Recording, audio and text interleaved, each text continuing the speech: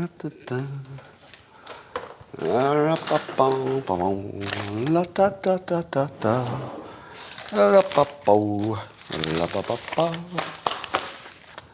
morning, everybody, and welcome to Coffee with Scott Adams, often called the highlight of civilization, reportedly. And today, not only do we have two separate live streams going, but do you see what's behind me? Do you see that? That's right, it's a whiteboard. It's a whiteboard and special iPad visuals. It's like everything today. Everything. Well, there's one thing I haven't mentioned. The one thing that will take it up to levels unheard of. And all you need for that is a cup or mug or a glass of tank or chalice, a stein, a canteen, jug or flask, a vessel of any kind. Fill it with your favorite liquid. I like coffee. And join me now for the unparalleled pleasure of the dopamine of the day, the thing that makes everything better. It's called the simultaneous sip. Go.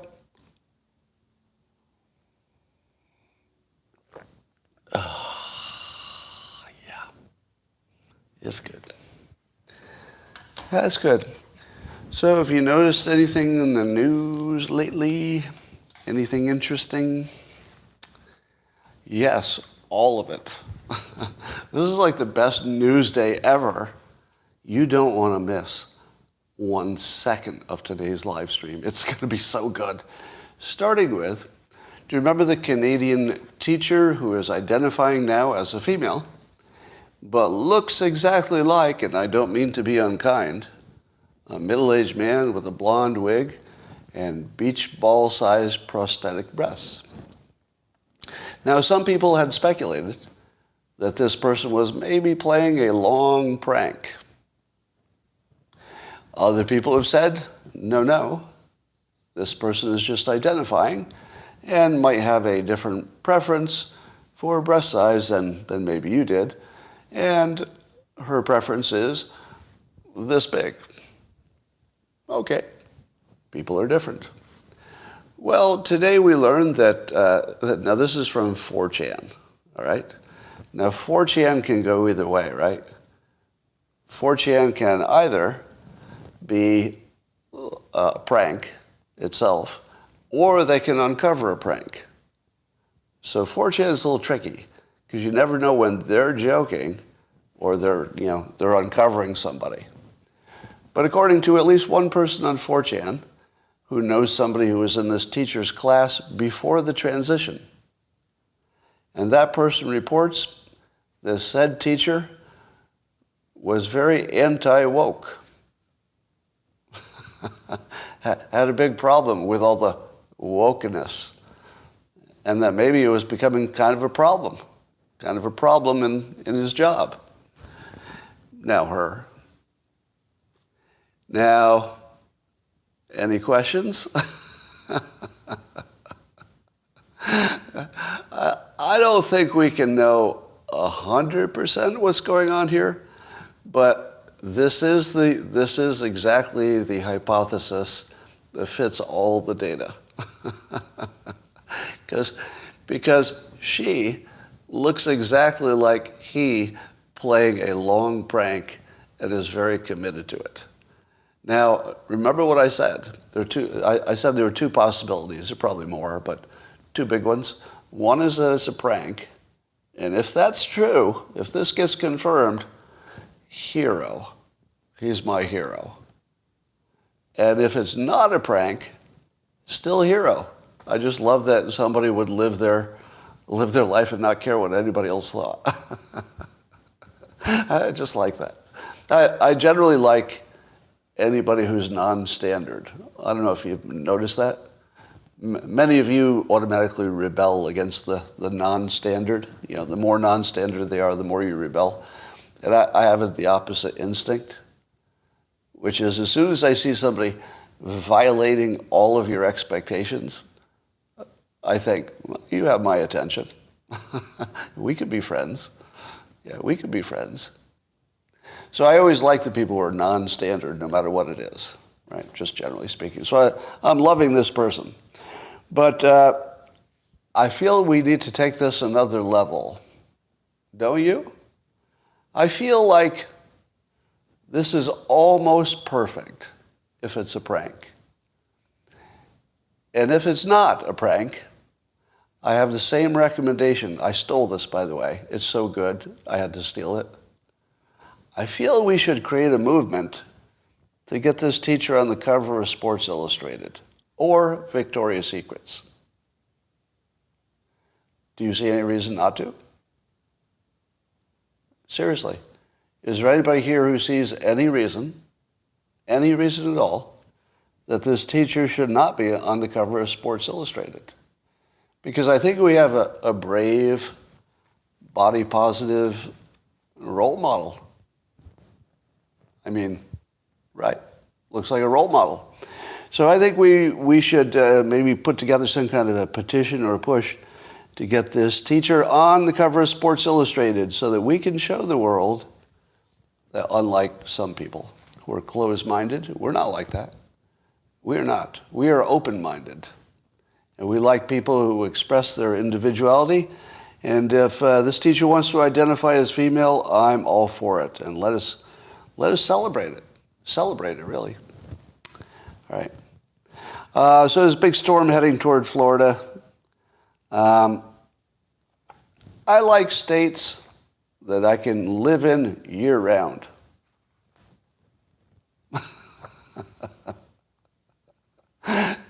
Yeah, that's my problem with Florida.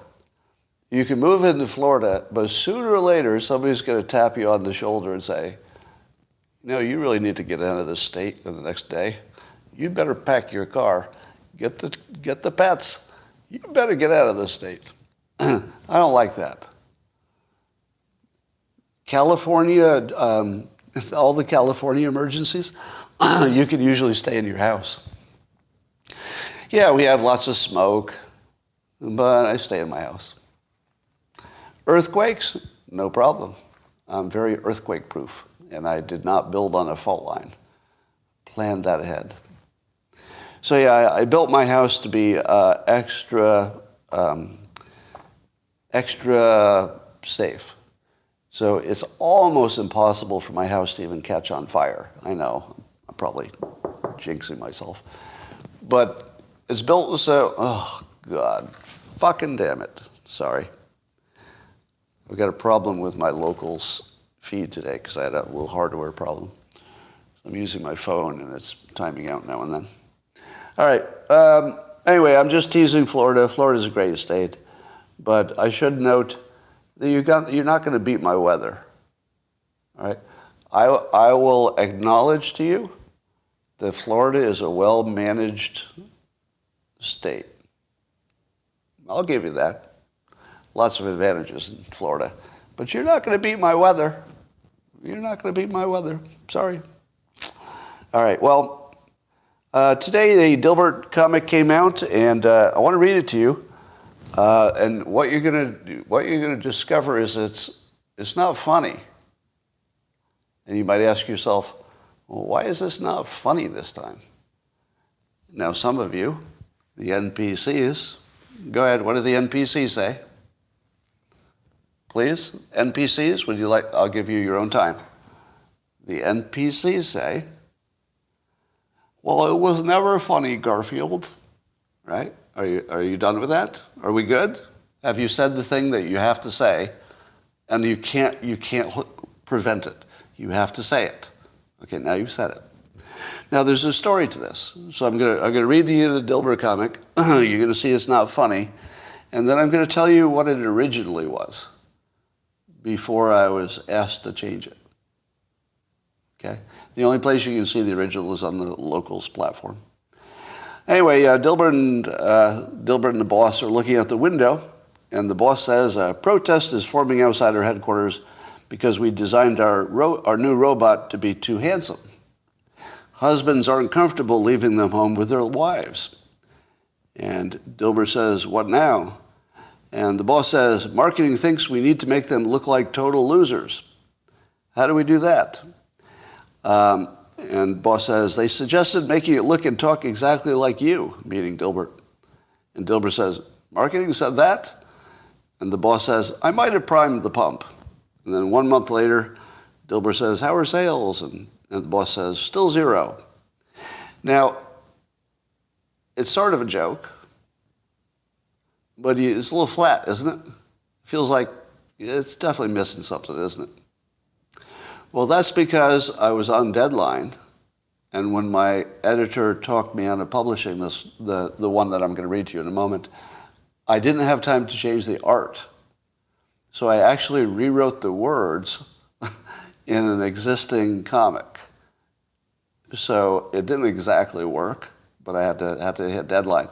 So here's the first draft, and I'll tell you what it originally said. Are you ready for this? Here's what it originally said. The boss says, our protest is forming outside our headquarters because we designed our new robot to be an attractive female. People are saying we're sexist for making us slim. They want us to plump it up. Dilbert says, how plump? And the boss says, marketing thinks something on the low end of obesity is the sweet spot. And Dilbert says, okay, anything else? And then the boss says, the robots also need to complain a lot so husbands won't fall in love with them. And Dilbert says, marketing said that? And the boss says, no, that's common sense. 1 month later, how are sales? Still zero. Better? Right? That was better. Now, let me tell you the real story about this one. All right, the story is, so I have an editor that works for the syndication company that sends it out to newspapers. So the first editor I have to get through is my own editor, the one that works with me. After that, it has to get through the newspaper's editors also. So there are two places that can be stopped. My editor is on my side. So I was on the creator side. So when my editor says, I don't think you should do that, that's for my benefit. And in this case, I took his advice. And his advice was based on not there was anything wrong with this comic, relative to other comics. It would have caused trouble, but that wasn't the problem. The problem was that it was embedded with a whole bunch of other comics that were also controversial. In other words, in that 2-week period, there were too many controversies from me. And you didn't want the editors to just have, controversy fatigue and say, you don't want an editor to say, you're just causing me too much work. Everybody's complaining, and it's just too much work. So it was basically a workload client management decision. It wasn't censorship per se, but just so you know. All right, so that's what happened there. I would like to blow one person's mind today, if you don't mind, if you would indulge me. I'm going to say something here that doesn't mean anything to anybody except one person. You ready? Baked turbo flash. Baked turbo flash. That's it. Moving on. Somebody's mind just got blown clear off. Well, the FBI robbed a bank. What? What? Yes. Apparently the FBI got a warrant to go into a bunch of safe deposit boxes in a high-end bank, I think in LA, and emptied a lot of the boxes and took their shit. Just took it. Photographed it, allegedly kept records, but just took it all. Looked through everything, looked through everybody's personal belongings, opened all the, but they had a warrant. Do you know what the warrant said? Go open all these boxes. I'm exaggerating, but it was like a general warrant. Allegedly, they were looking for illegal criminal assets. But I don't think they only opened the boxes of illegal criminals. It looks like they just robbed a bank. If your warrant is fake, so the warrant, we know now that the warrant was fraudulent. So it was either, fraudulent might be too strong. It was, let's say, inappropriate or, against regulations or didn't follow guidelines or something like that. But anyway, it was an inappropriate warrant, clearly inappropriate. It wasn't like a gray area. It was very inappropriate. And they went in and they took a bunch of people's possessions. That's robbing the bank, isn't it? If you go in under illegal, fraudulent means and take other people's assets out of a bank and don't give them back, didn't you rob a bank? Am I overinterpreting that? I mean, it's not a normal bank robbery, but they did literally, fraudulently rob a bank. And do you know why you're not more upset about that? Because there are too many outrages. We have outrage fatigue. The FBI robbed a bank, and you just looked at it and go, that's sort of baseline now. Like you don't even expect the FBI not to rob a bank. If the FBI murdered somebody, at this point you'd be like, not ideal, but what's for lunch?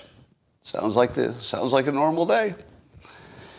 Well, so yeah, this is just amazing. How could the FBI be less credible at this point to the public?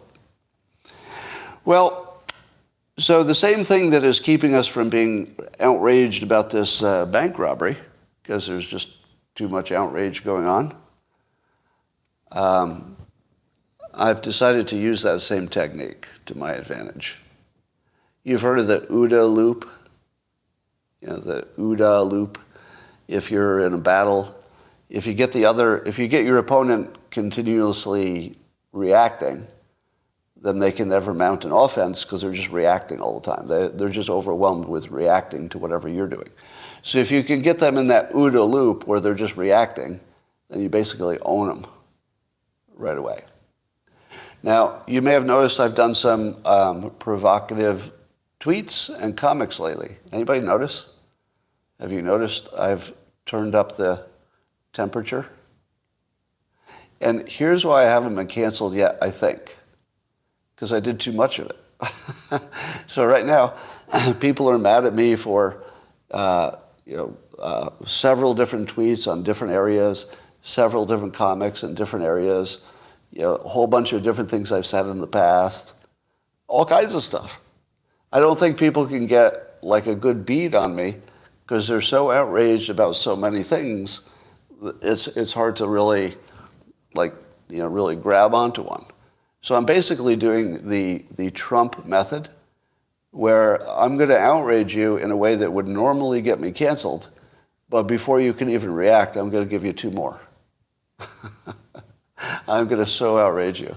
And let me tell you what I did today that I could probably only do inside my own OODA loop protection scheme. You ready for this? This is something I tweeted today that has not gotten me canceled yet. And it was a response to Lamont Thompson, who's an actor. And he was commenting on my comments to Ida Bay Wells on the question of whether it's about racism and employment. And I noted that I had lost some jobs for being a white male. Now, Ida Bay Wells said I was lying. Directly said, you are lying in public. I'm lying? Why would I lie about that? I mean, I suppose people will lie about anything, but it would be a weird kind of a lie. No, it wasn't a lie. But anyway, Lamont got in there and he said something, blah, blah, blah. And here's the part that caught me. He said about me, he said, the problem Scott has is common. He and his ilk, my ilk, think it's impossible to be mediocre, undesirable, or viewed as just not very good at what they do. And what he's saying is my ilk are white men. So he's saying that white men think that they're being discriminated against and and that other people are getting favoritism. But possibly the real problem here, as Lamont points out, is that maybe people like me, specifically me, we don't realize how mediocre we are. So let me first give you a little bit of a response to that, and then I'll tell you the tweet I sent later. So this is not a tweet. This is just my response to you. Okay? So let me give you just a little bit of a context for the time that I lost my job.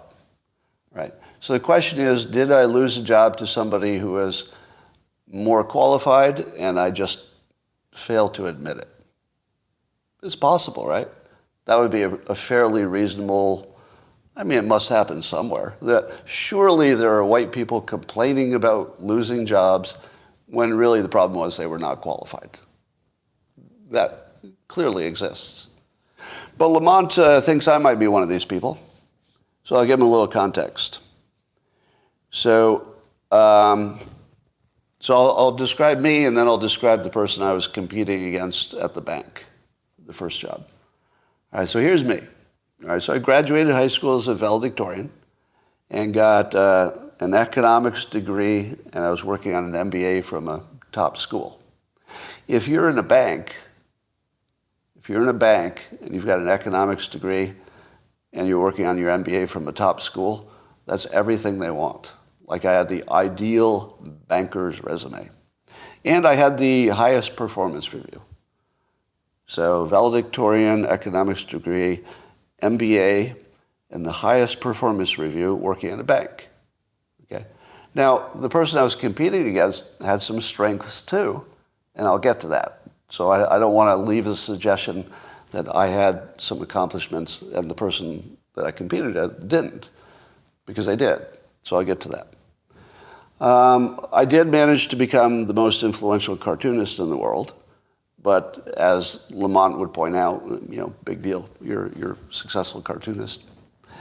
I am considered a management expert, partly because of the Dilbert stuff.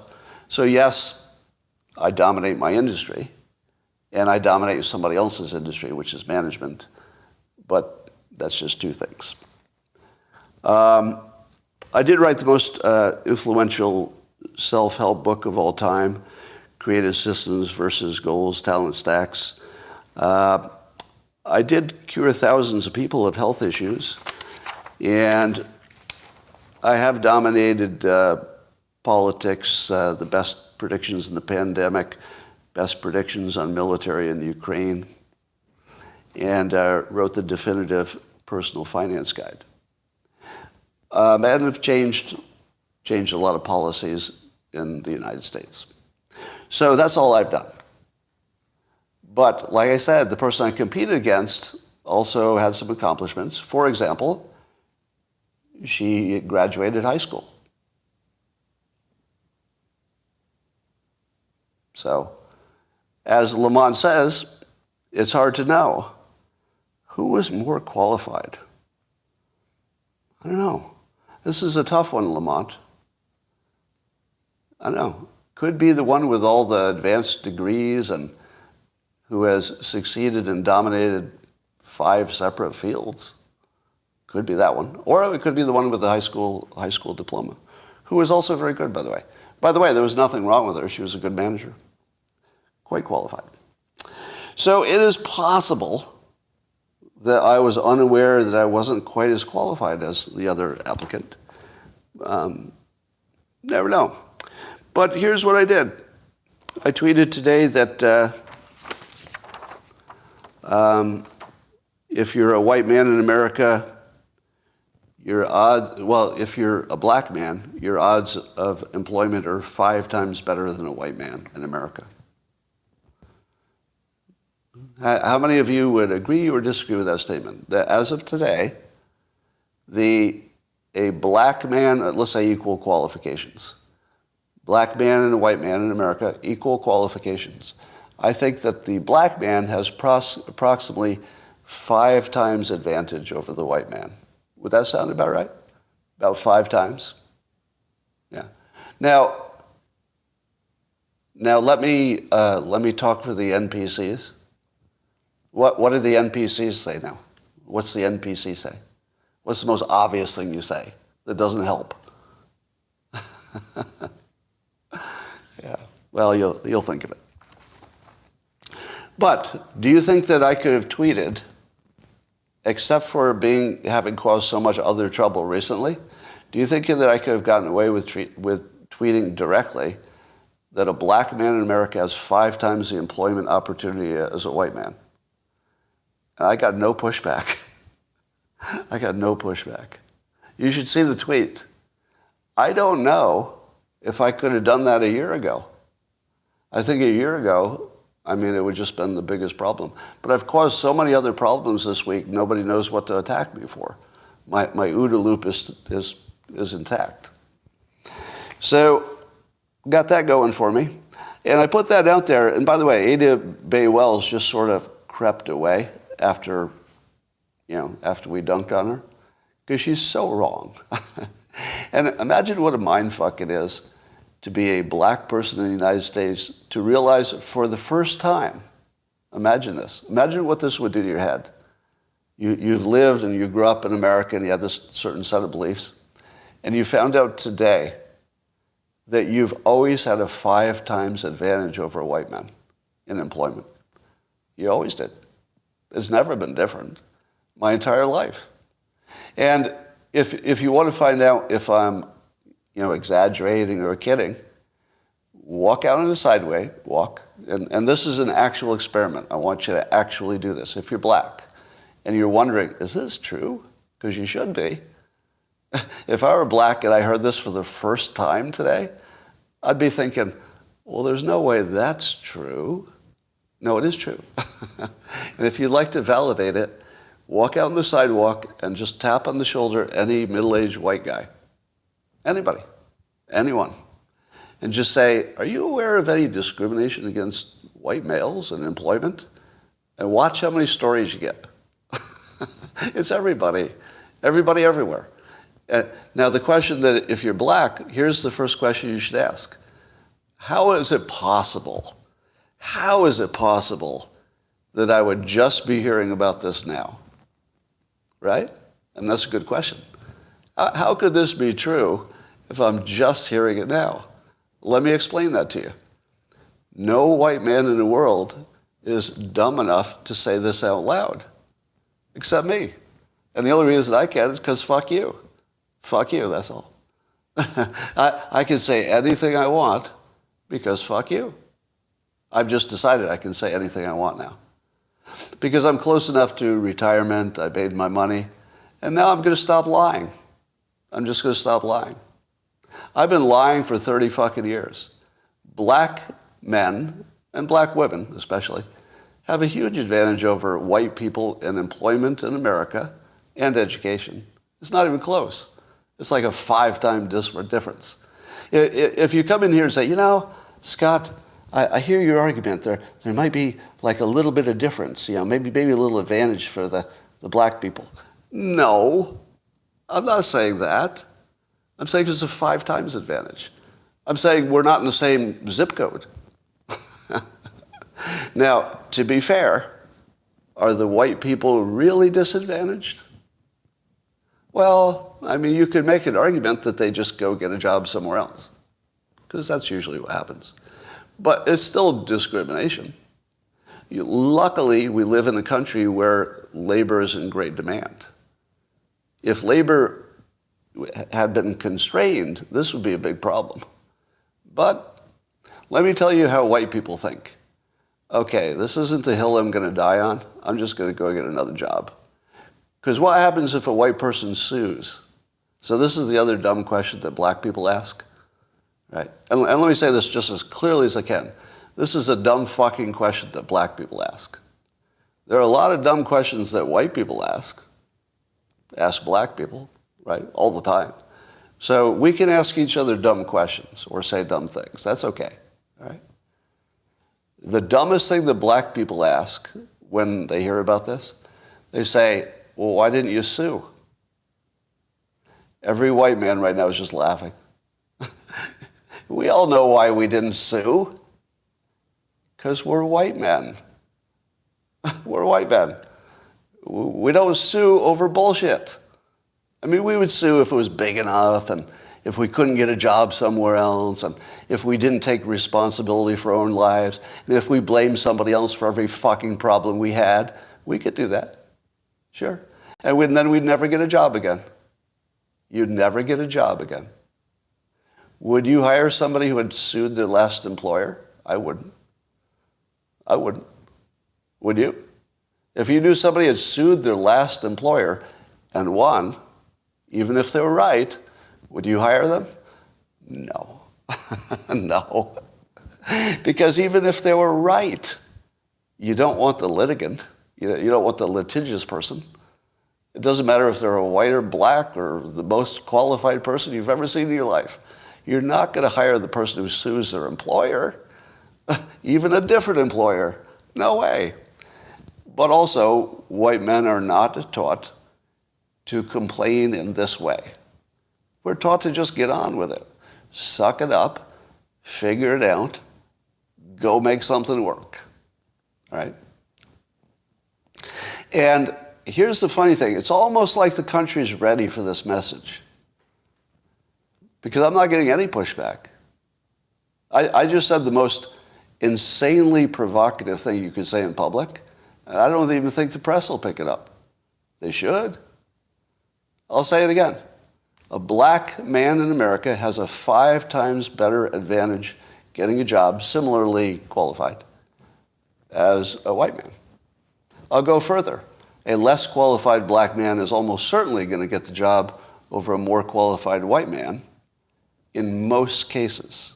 The exception would be where you really need a specific skill and there's just no way around it. But in most cases, the less qualified black man will be hired 3 times out of 4, probably. Now, to be fair, and let me soften that, because I'm trying to be honest, not a protagonist for one side. Right? It's also true. See if you disagree with this statement. Hiring managers aren't really good at knowing who will do the job better. So even if you think you know who's the better qualified one, don't always. Right? You don't always. When I told you my story about the high school graduate who got the job that I thought I should have gotten, and I was told directly, because I'm white and male, I can't have that job. As far as I know, she did a great job. I have no reason to think that she didn't perform perfectly, right? But those are not the rules that we thought we were playing on. I developed a set of qualifications because those were the rules I thought I was playing. Get these qualifications and you'll be at the top of the list for the job. So I went and got them. All right. So it feels a little unfair, but did I mention I'm a white man? What do I do when something's unfair to me? Fucking suck it up. That's what I do. I just get over it. Just move on with it. Get on with life. Make something work. Stop failing and do something that works. All right. All right. Let's talk about the Ray Epps. So this is a point I made before, but that was before a member of Congress retweeted it. So it's, I guess its prominence just went up a notch. So this is something Thomas Massey retweeted this morning. I tweeted that the FBI and the January 6th committee have signaled, by omission, FBI involvement in January 6th incitement. So that becomes the public's working assumption. Keywords, working assumption. If the FBI wants to change our working assumptions on Epps, nothing's stopping them. I'll change my mind. In fact, it would be really easy for me to change my mind with just some information. I mean, I don't even think it would be hard. All you have to say is, even this. You could say, okay, yeah, he did work for the FBI, but, we looked into it, and, that's not what he was doing that day. I could be convinced. But if you're not going to try to convince me, you're not going to attempt it, and you just say, we're just going to ignore this whole thing. If you're going to ignore it, I will treat that as a confirmation, and it will be my working assumption that you've confessed. Doesn't mean it's true, so I'm not going to accept it as true. But remember, we live in a world where you have to make a choice. You don't get to do nothing. Well, I guess doing nothing is a choice. But you have to choose. And so if you're going to act on your beliefs, the belief you should act on is Epps being part of a FBI incitement operation, for which I have no evidence of. I have no evidence to say that that would happen. I'm just saying that it's as a citizen and a responsible adult, you should look at this and say, oh, we asked a direct question, they failed to deny it, we can treat that like it's true. If they want to change our mind, we're here. FBI knows where to find the country. Just put out a statement, say, here's what I would be happy with. Let me give you an example. I don't personally need to know everything about Ray Epps, because maybe there's some confidential stuff there. And he's a citizen, right? He's got a right to some privacy. But if you told me, and I'll just pick a name, if you told me that Rand Paul had sat with him and talked to him personally, and maybe he talked to other people and looked into it, and that Rand Paul knew all the secrets, whatever the FBI knows, he knows, and then Rand Paul came out and said, okay, I can't tell you what they told me because it's confidential. But trust me, you don't need to worry about this. I made this go away. I'd be good with that. Wouldn't you? Now, there's always some small chance that, Rand Paul would be lying to you. But there's no history to suggest that would happen, right? He's one of the straightest shooters in the country. So, yeah, you say trust no one. I get that. Trust no one's not crazy. That's not crazy. But I'm saying that as a reasonable best you could do, if somebody we trusted told us we looked into it, I think I'd be inclined to go with that. I'd go with that.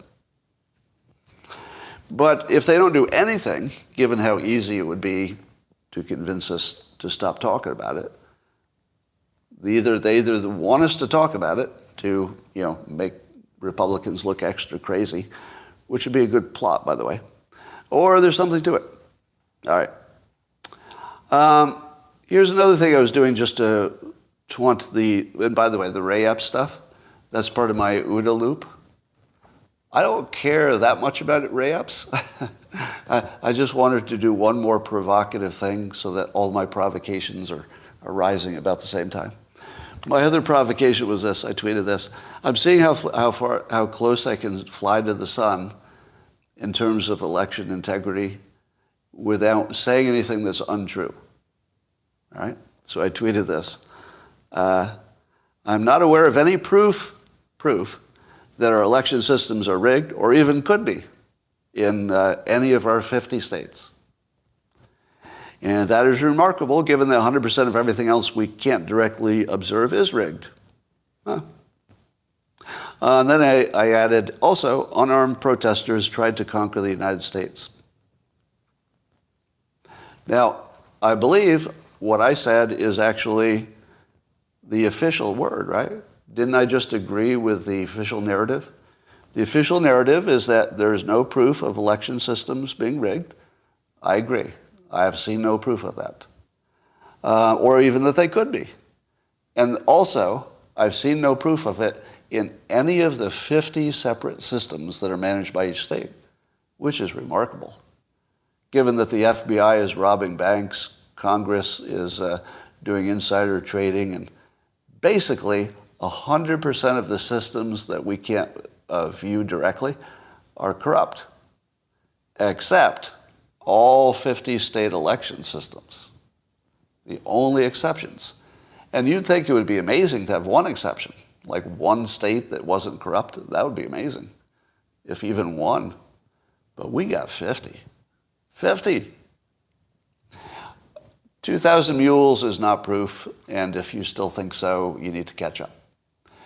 2,000 mules is a red flag. It's a signal. It's an invitation to look further, but that's all it is. Nobody has looked and found anything, in my opinion. Yeah, I do care about Ray Epps in the sense that anything that would free the prisoners would be good. So yes, I'll agree with you on that. So here, and then I said the unarmed protesters tried to conquer the United States. Well, that's the official narrative, right? The unarmed protesters tried to conquer the United States. Now, the fact that that seems absurd and ridiculous when you read it isn't my fault. It's not my fault. I'm just describing it. If it sounds ridiculous to you, well, that's between you and the news. Don't blame me. I'm just giving you the facts. So there's also a story about China. Have you ever seen a picture of Chairman Xi next to a picture of Beavis? Like Beavis and Butthead? Have you ever seen them together? I put a picture of the two of them together on Twitter today. All I see is Beavis. Chairman Xi looks just like Beavis. He's got the look, and then I don't want to do that. That sounds racist. But Beavis has weird shaped eyes. So if you take the racist part out of it, he reminds me of Xi. All right. So people have been saying, hey, there's something going on over there, and maybe it's a coup. There were, oh, fuck me. Bad technology. There we go.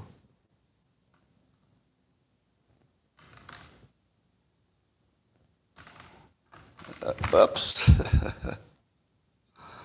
All right, we're back online. All right, so I think the dream of a China coup is probably fake.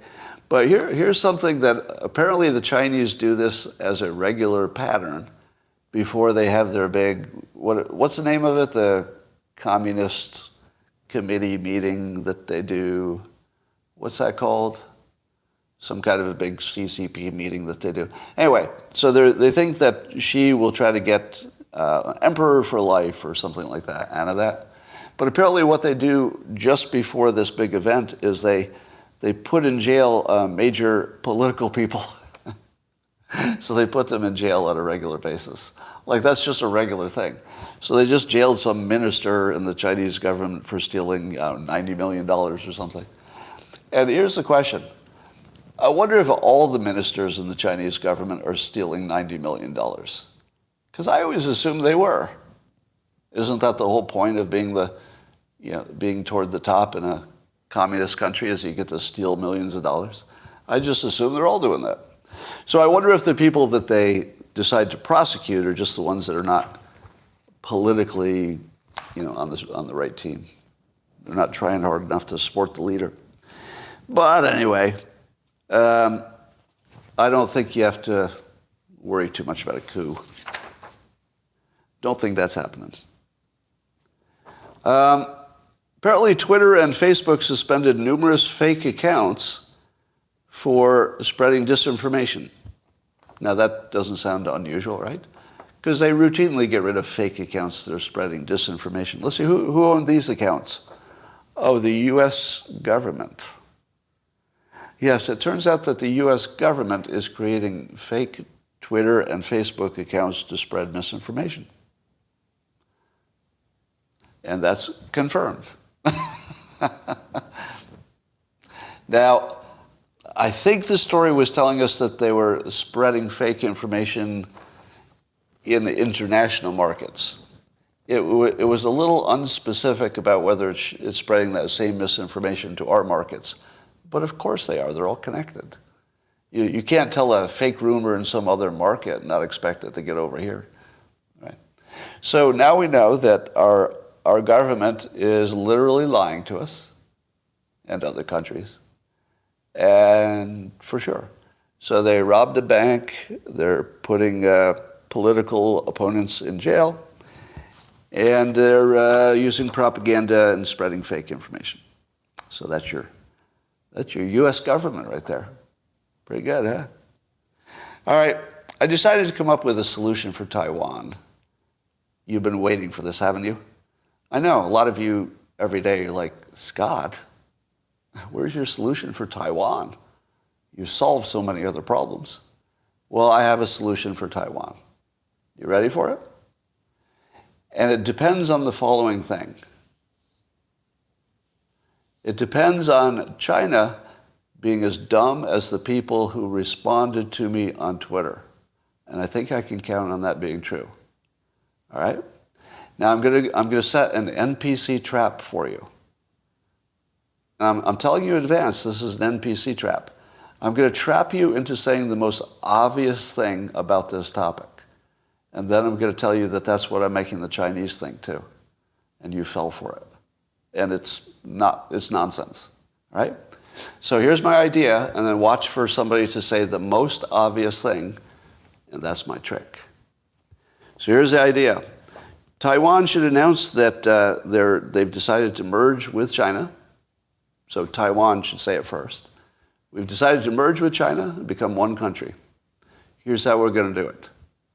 We're going to become one country in spirit right away. So that we'll say, all Chinese people, we are one.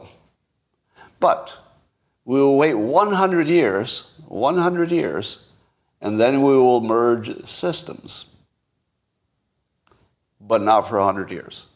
And then we'll see what makes sense for a system, because everything will change in 100 years. And then we'll implement the one that makes sense in 100 years. Go. NPCs weigh in. Bum, bum, bum, bum. There we go. First NPC in Hong Kong. Yes, that is the NPC trick I was trying to get you to say. Because you just said to yourself, Scott, didn't work in Hong Kong, did it? The Chinese just waited and then they just took over Hong Kong. How about that? That's exactly what you're supposed to think. Because everybody who thinks that analogies predict, nope. What you want is that China will incorrectly predict, just like you did. So you said, my analogy is Hong Kong. Hong Kong didn't work. This is like Hong Kong. This won't work. That's what I want China to think. And I can even say it out loud and they'll still think it. But here's the trick. What's different this time? Well, analogies there's always differences in the analogies. Here's the big difference. In 100 years, nothing's predictable. The odds that China will even exist as a state like you know it are really not that high in 100 years. Because in 100 years, we're going to be past the singularity, where computers are intelligent. AI will have changed everything, right? Technology will have changed everything. It's perfectly possible that in 100 years, mainland China will say, you know, this Taiwan system worked better than ours. Let's do that. Now, what happens if 100 years goes by and Taiwan is bristling with self-defensive weapons? Because it could be. It would just keep going on as it has gone before. There's just the same odds of China attacking, except you bought yourself 100 years. So if you could buy yourself 100 years of China not attacking Taiwan, wouldn't you take it? At the end of 100 years, everything's going to be just a jump ball. Now, would they have said the same thing about Hong Kong? 100 years before Hong Kong transferred, would people have said the same? Hey, everything's going to be different in 100 years. No, because things did not change quickly as they change now. So the rate of change for hundreds of years was, there was definitely change, but you could a little bit more straight line the change and say, all right, Hong Kong's still going to look like Hong Kong, the buildings will be better. Hong Kong will still have streets, but instead of horses, maybe there are cars, right? But basically, you can straight line that one for 100 years. There's nothing you can straight line for 100 years now. Nothing. There's nothing that can be straight lined for 100 years. So if you say, we'll give you our country in 100 years, what have you promised? Nothing. The odds that both of them will both be countries are actually low. I mean, there's something will happen long before then. Climate change or mass immigration, or somebody's going to nuke somebody, or a World War III, or aliens will invade, or the AI will change everything. Robots will be running everything. Maybe we've decoupled from China. There won't be anything that's the same. What about weapons? At the moment, Taiwan has so many weapons, it almost looks like they could hold off China. What kind of weapons are they going to have in 100 years? In 100 years, everybody will have mutually assured destruction. In 100 years, Taiwan will be able to destroy all of China as quickly as China can destroy all of Taiwan. There won't even be a difference in 100 years. Right? Now, did I sell anybody? It's not bad, is it? It's not bad. It's not bad. Now keep in mind that nobody else has an idea. Am I right? Is it true that literally no one has an idea? And if we continue with just nobody has an idea, my prediction is that China will take over Taiwan. Do you know why? Because this is China, and this little dingleberry hanging off the end is Taiwan, and I'm sorry. Real estate is just too important. There's just no way that situation lasts forever. But in 100 years, all bets are off. Cuba, we've never tried to annex Cuba. All right, so that's a bad example. All right, well, I was surprised. Did I sell that better than I thought I would? Because I'm looking for some pushback here, and I'm not really getting it. And maybe it just has to do with the fact that literally there's no other idea. Now, I told you my idea of attacking Mexico and occupying it and using a base there to destroy the cartels for as long as it takes. Permanent, doesn't matter. Right. Now, do you remember how radical that sounded the first time you heard it? And do you notice how it doesn't sound as radical anymore? I'm doing that. I'm doing that to you. I'm making you get used to it. Because the persuasion principle is that you can get used to anything. So no matter how radical something sounds the first time you hear it, if you just keep hearing it, it becomes less radical. So I'm just going to make sure that people keep hearing it. And it will become less radical. I'll even go further. A military attack by the United States on Mexico is not optional. Only the timing is. The only thing that's optional is the timing. We're definitely going to invade Mexico. There's no way around it. Just because the danger coming through is just too great. There's no way we don't do it sometime in the next 20 years, for sure. So you might as well get it over with. Do it while it's easy. Let's see, what else is going on? Glenn Greenwald had a tweet today, as often he does, that just sort of captures everything. He says, I can't stress this enough. At its core, democratic politics is about criminalizing opposition to their party and ideology. Dissenting ideas are disinformation and must be censored by big tech. And that Trump voters are inherently criminal insurrectionists and should be imprisoned. I think this is exactly right. You know I never jump on the globalist conspiracy theories and stuff like that. I'm not into the conspiracy theory too much. I just have to. There was a comedian I was just watching on a reel, and I wish I remembered his name. Maybe somebody knows him. Not one of the well-known comedians, but he was a black man comedian, if anybody recognizes him. And here was his joke. And I'll paraphrase it.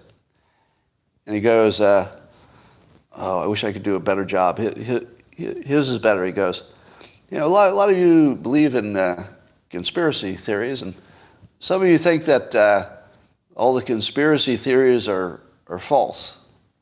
And he says, really? The government. You think the government has 1,000% is batting 1,000 in conspiracy theories. None of them are true. And when he says it that way, really, your government is batting 1,000. Every single conspiracy theory, not true. And it's just when he says it like that, I just laugh for like 10 minutes. I go, okay, when you put it that way. Yeah, there must be some of them that are true. But this isn't a conspiracy theory. This is more about describing the frame that they see things. And I've described it as shooting the messenger. You know, the Republicans think Democrats have bad plans, and Democrats think Republicans are bad people. And I think Glenn Greenwald captured this perfectly, that they're trying to criminalize the other side. And it's everywhere. So if it were one thing, you'd say, well, that's just that one thing. But they do seem to be criminalizing and censoring in every way they can the other side. So I think politics now is about shutting up the other side, more than voting and whatnot. How many of you think there's going to be a civil war in the United States? Spoiler, there's not going to be. There won't be. And here, there's an obvious reason for it. Somebody said it on Twitter, and I guess I realized it, but until I heard somebody say it directly, we're too mixed. We're too mixed. Households have Democrats and Republicans in them. Households. There's no way you can. It just wouldn't work. Yeah, there's no way. And here's the other thing. All of this political bickering is largely theater. It's 90% theater. So when people, especially Republicans, when they talk about getting their guns and overthrowing the government if the government raises their taxes or whatever they're talking about, it's just stuff you talk about because it's fun to talk about and act tough. But it's not real. If you think it's real, you're on a whole different planet than I am. Yeah, it's a show. It's just part of the show. And part of talking about politics, very connected with talking about it, is a lot of people like to essentially inhabit a character and say, I'm talking about it and I'm living in it, but I'll play this character who's really tough and is going to shoot anybody who gets in the way and stuff like that. So, no, we're not going to have a civil war. We're nowhere close. We're not going to divide up our states. You know why we won't divide up the states? Because it would make us all weaker. And no American is going to say, oh, let's take our national strength and divide it in half. If you divide our strength in half, then China wins. There's no way. It's more likely that we would annex another country than divide. Let me put it this way. There's a greater chance we'll annex Mexico than have a civil war. And I don't think either one's going to happen. But there's a greater chance we would annex Mexico. All right. Somebody on Twitter actually said this to me, that belief in a merit-based system is basically you're a piece of shit. If you believe in that we should have a merit-based system, basically that's just cruel and awful and fascist. Merit-based system. And I thought to myself, well, it is a cruel system. And it is unfair. A merit-based system is really unfair. You get that, right? A merit-based system is super unfair. Why? Well, apparently some people are born with whatever capability they need to succeed, whatever drive they need, and others are not. I mean, most of your performance is, you were born with whatever capability, probably at least 60% of it, maybe more, 80%. And so a merit-based system is always going to be unfair. It is, however, the only one that works. So what option do you have? Oh, let's use the one that's fair. Well, that one doesn't work. Like everything will fall apart. We'll all die. Yeah, but it's fair. Yeah, fair is good. If we could get fair for free, I'd want some. But no. I'd rather have a system that works that's unfair to somebody sometimes. That's the best you can do. The best you can do is an unfair system that works most of the time. That's it. That's all you got. All right, let me tell you, let's talk about Russia. So I'm getting mixed reports about what the mood is in Russia, the actual Russian people. Some are suggesting that this new mobilization and movement of troops is touching enough families that there's going to be some internal dissent. And you see some people they're leaving the country.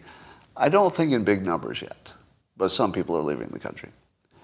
And so some speculate that Putin's in trouble because his population will see all these people being mobilized. You can't miss them. There's so many of them. And then it will get the public involved in a bad way. But I've talked to some folks, and one was a Russian citizen with parents in Russia. And I told you I got the one person's opinion that the older generation is pro-Putin because he's been brainwashing them for decades. And that the younger generation is a little more, open to any kind of change. But they always are, right? So I think that's the situation. I think the older people are actually solidly on Putin's side. At the moment, I don't think Russian citizens look like they're ready to revolt. Now let's talk about Iran. So Iran's having these big protests. I don't think they're going to go anywhere. Could be surprised. But it doesn't look like it's going to grow outside of its, cultural part of the revolution. And so I don't think China's going to have a revolution, Iran's going to have a revolution, or Russia. But we like talking about it.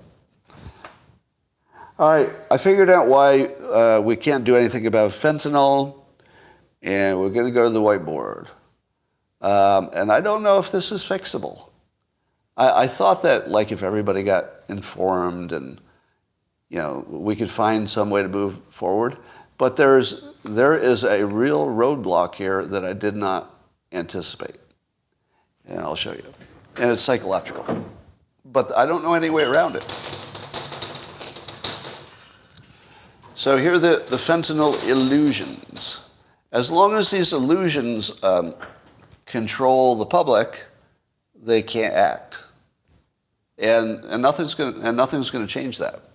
So right now, people believe that demand can be reduced, that you don't need to have to go after the suppliers of fentanyl, because if you did, the supply would just move somewhere else, right?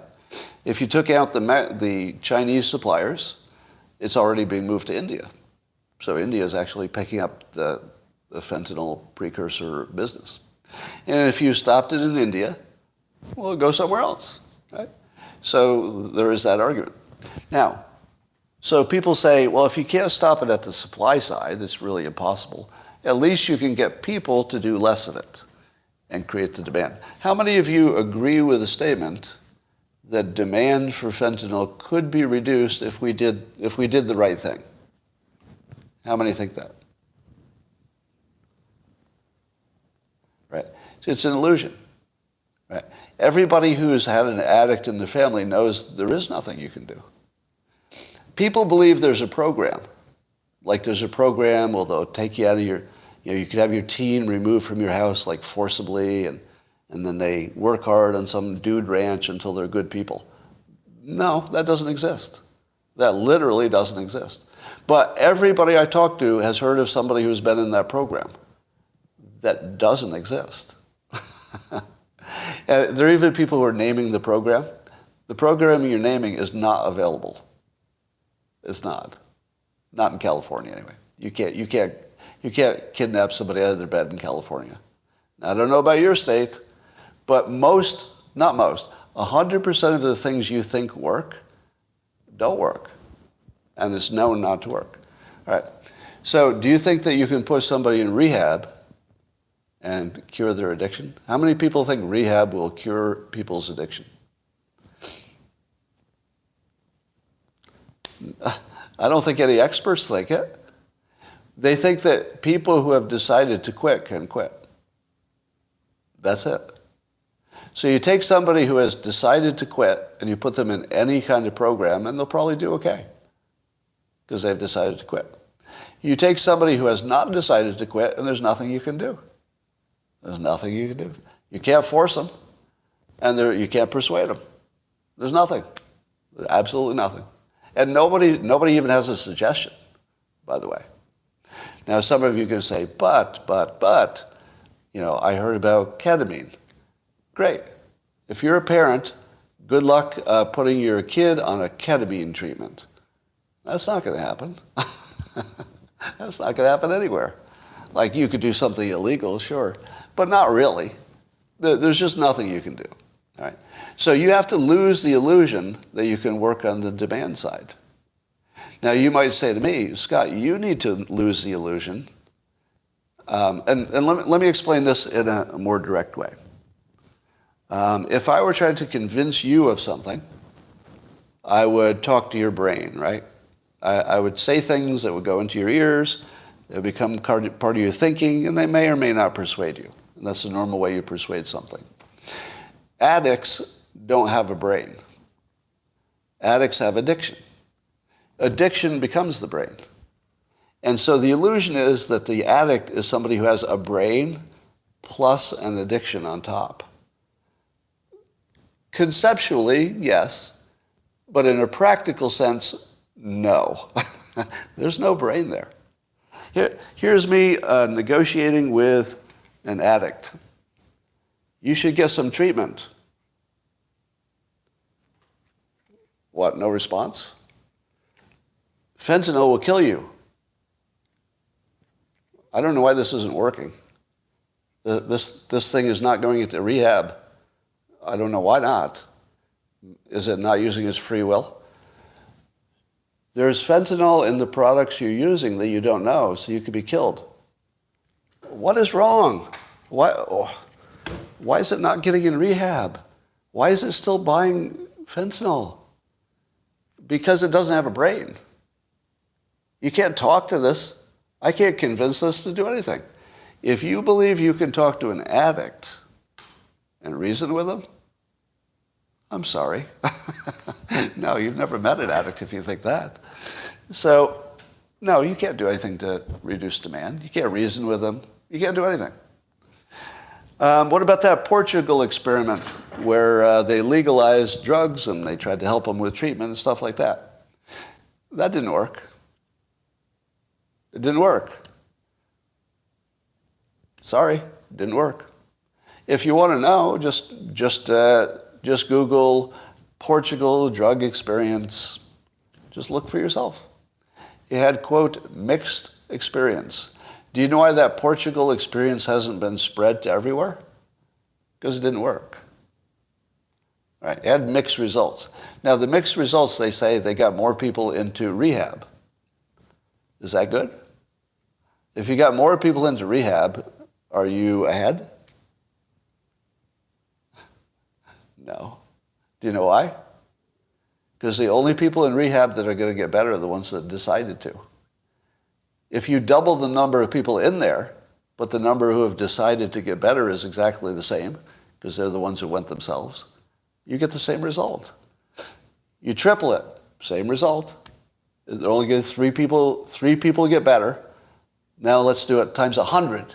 100 times more into rehab. Still just 3 get better, because they were the 3 who had decided. Right? So a lot of this stuff that looks like just common sense, you'd say, obviously that works. Obviously rehab works. Nope. No, only for the people who have decided. And you can't make somebody decide. You have no control. There's no free will. None of that is involved with an addict. It's like, you're talking to a pencil. So addicts don't have free will. They don't have the whole take personal responsibility. It doesn't mean anything. Those words don't even mean anything to an addict. Addict is just an addict. They just need a fix. That's all. And people think that addicts could just learn to do something instead of fentanyl. Still get high, but use heroin or something that's not going to kill you as often. And the answer is, no, that can't be done. Can't do that either because they don't know they're getting fentanyl. That's the whole problem. The ones who are buying fentanyl directly, which does happen, they don't die as often because they know what they're getting. So they make sure that they're monitoring it and doing all the right stuff. The people who are dying are the ones who thought they bought Pez and they got fentanyl, right? The kids. So the reason that fentanyl can't be solved is that I can't even talk the people that follow me into dropping these illusions, right? And let me test it. How many of you believe that you could work on demand? Watch this. How many people still think that demand is something you could reduce? So you're just being shy. I know you think that it works. I know some of you think it works, right? But would you agree that this is our problem? Who's gonna approve of attacking the cartels if they think that the real answer is personal responsibility? I wouldn't. If I believed that personal responsibility would work, or that rehab would work, I would not be in favor of attacking another country. That'd be crazy. It's the last thing I'd want to do. But I do want to do it because it's the last thing I want to do. Now, to the question of, would the fentanyl production just go to another place? Here's the answer. Why is it not already being made in the United States?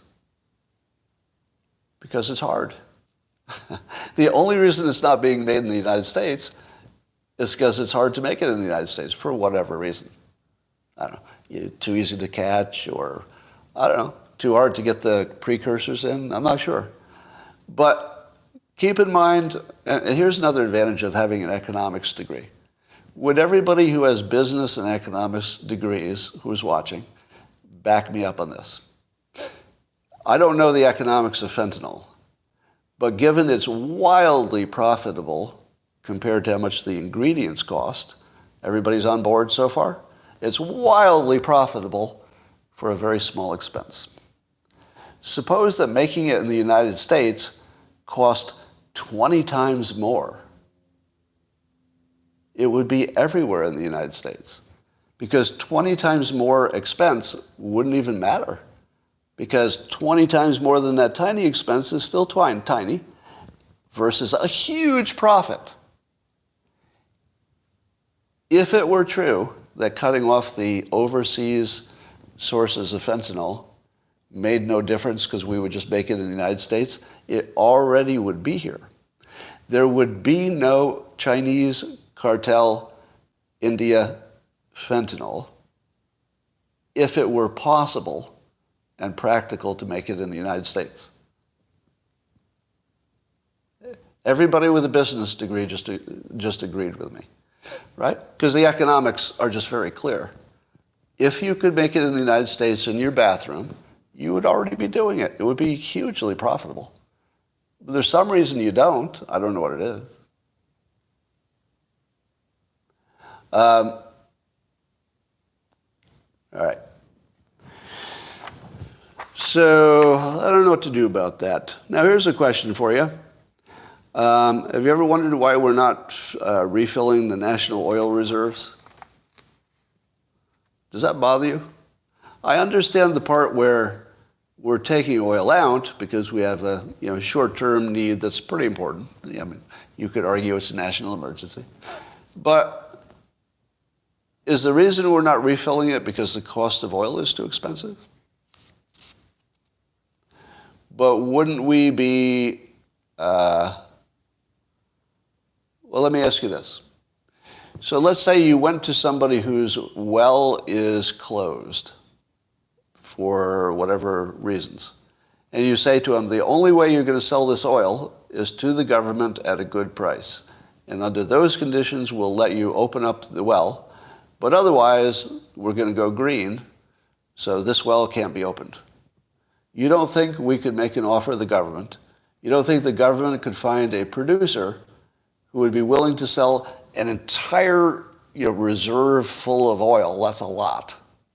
That entire reserve. You don't think you could get an American producer to give you a super discount on that? I think you could, because the cost of producing didn't change. Just the market value that you could sell it for changed. Because they wouldn't have a choice of selling it on the open market. If they did, then of course the price would be higher. But if you said the only way you can produce is if you produce for the US government and then you have to shut down again, I think you could find that easily. So I don't understand exactly. Maybe we are, actually. Maybe they are filling it up and I don't know. That's possible. Let me tell you something about globalist conspiracies. I hear stuff like the globalist. I heard one today that the globalists want poor people to stay poor so they have lots of employees, that the rich people have lots of employees. Do you believe that? To me, that sounds ridiculous because, robots will take over anyway. So let me tell you this. So you've heard lots of conspiracy theories and stuff, but I've spent enough time behind the curtain, in the room with the people who actually know how things work, that I've never seen it. To me, behind the curtain is a bunch of individual interests fighting for their own little fiefdom, like billionaires just looking out for themselves, basically. Now, I know some of you are like, oh my God, how could you miss it? Where is it? The whole thing is basically Klaus Schwab quotes taken in a context, as far as I can tell. The one that got most people confused is you won't own anything and you'll like it. That's the world we're already in. Right? I don't own the Uber car and I like it. I don't own the internet, but I can use it. I don't own the cable to my house, but I'm glad I could watch TV. The whole fact that you would be afraid of this, you won't own it, but you'll like it, you're completely wrong about that. It's just the most ordinary statement of how the economy is likely to develop. There's just nothing there. Now, I do think it's true that the people who want to save the planet from climate change, according to them, I do think that they want to push fossil fuels into failure. But that's not really a conspiracy theory. That's pretty much on the surface, isn't it? Right? I wouldn't call that a conspiracy because we can all see it. All right. You won't even own the AC in your car.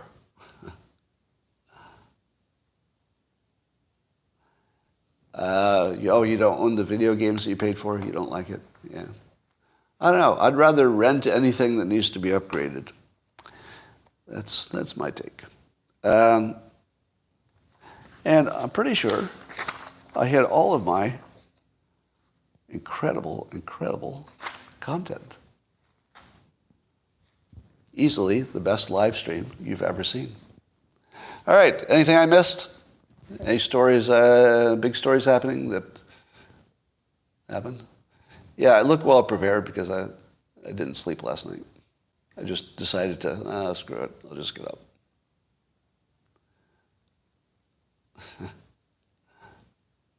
All right. You're supposed to say what? Tragic boating accident? Ivermectin. I'm not going to talk about ivermectin. Oh, God. Yeah, again, people are sending me all the bad studies about ivermectin. Is there anybody here who doesn't know why meta studies are not valid? Meta-analysis. You know what a meta-analysis is? You look at a bunch of studies that are low quality, but then you say, well, if most of them are still pointing in the same direction, maybe some of these errors sort of cancel each other out, right? But here's why it doesn't work. Two main reasons. One is there could be one big study that has too much impact. So there might be one, with 50,000 participants and then a whole bunch of little ones with, 100 each. The big one is going to just overwhelm the other ones. But there's no reason it should. It just would. The other thing is that when you do a meta-analysis, you really don't include every study.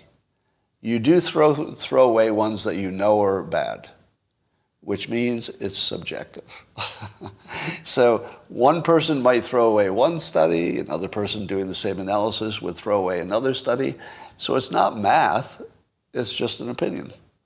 So when the meta-analysis is done, you can shape it either direction by what you put in or out. For example, you could say the big study that's distorting everything is either in or it's out.